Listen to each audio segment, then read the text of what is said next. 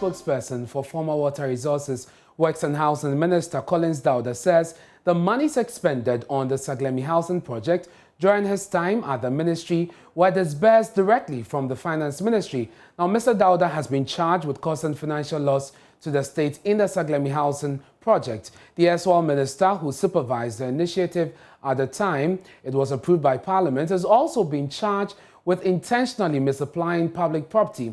The former minister, through his spokesperson, has been defending his role in the execution of the project. We'll hear from him shortly, but first, here's a Newsdesk report detailing the writ filed by the Attorney General. Counts of criminal charges against the accused persons for intentionally misapplying $200 million of state funds by paying for 1,412 affordable housing units at Saglemi instead of 5,000 units as Parliament had approved. Alhaji Dauda and his alleged accomplices are also charged for willfully causing financial loss to the state, contrary to Section 179A of the Criminal Offences Act.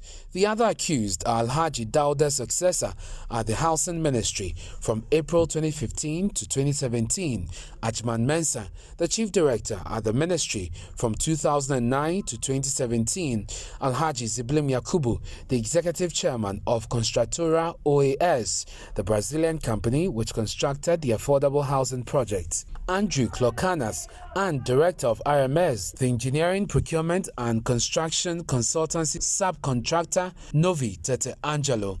They are also facing charges of intentionally misapplying public property, contrary to Section 1(2) of the Public Procurement Protection Act, issuing false certificates, contrary to Government Contracts Protection Act, and dishonestly causing loss to public property.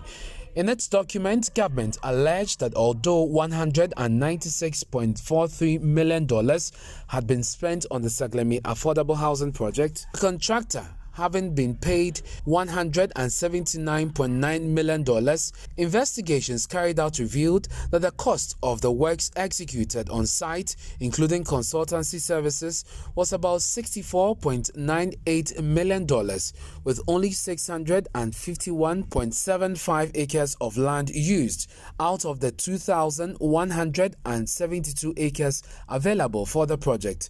It also stated that investigations further revealed that only 668 housing units were completed by the contractor. These are, however, not habitable, the AG said, adding that, quote, not a single house under the project has been sold and the facility remains unpaid, resulting in huge financial loss to the Republic of Ghana.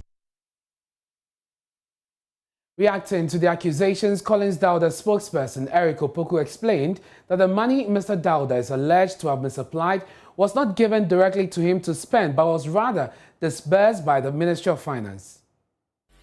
In the first place, I want to put it on record that the $200 million Ghana secured for the Saglemi housing project was never given to Alhaji Collins Dauda, nor the Ministry of Works and Housing.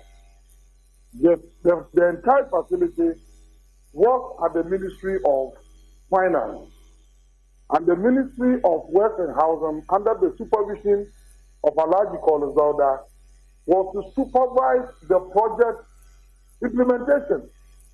So when the consultant on the project, in this case, AESL, generates certificate, performance certificate, it was the duty of the ministry to add a covering letter and forward the certificate to the Ministry of Finance for payment. That was the arrangement.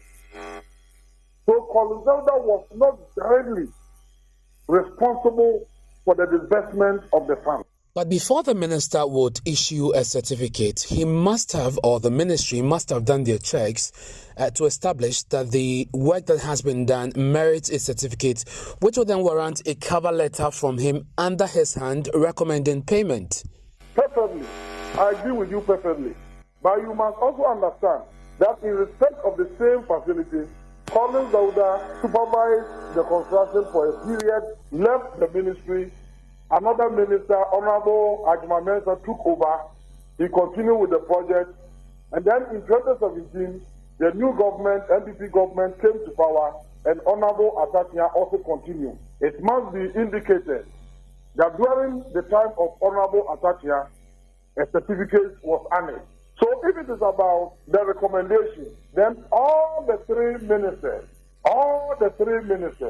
who supervised the construction also issued certificates for payment or recommended certificates for payment. So his response to the charge of intentionally misapplying the $200 million and also causing financial loss to the state will be?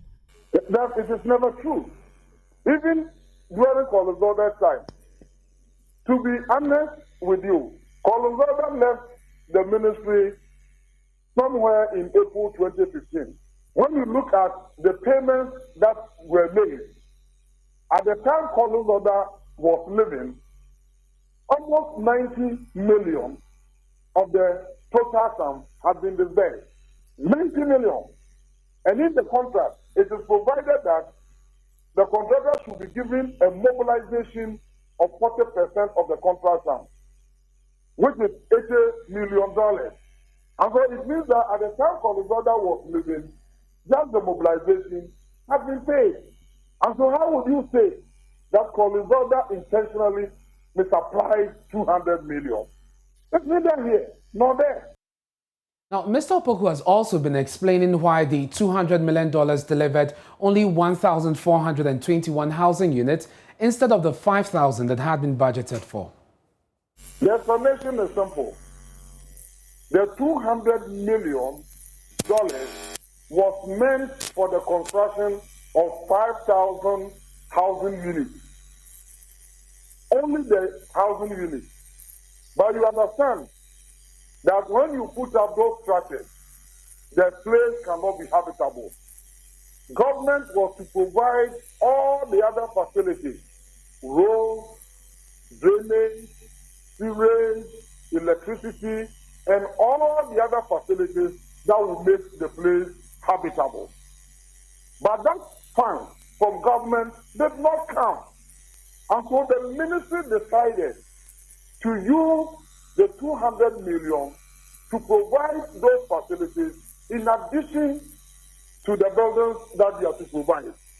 And that was the reason why the minister who started the project, you know, the facility was brought to Parliament by Honorable U.T. Mensah.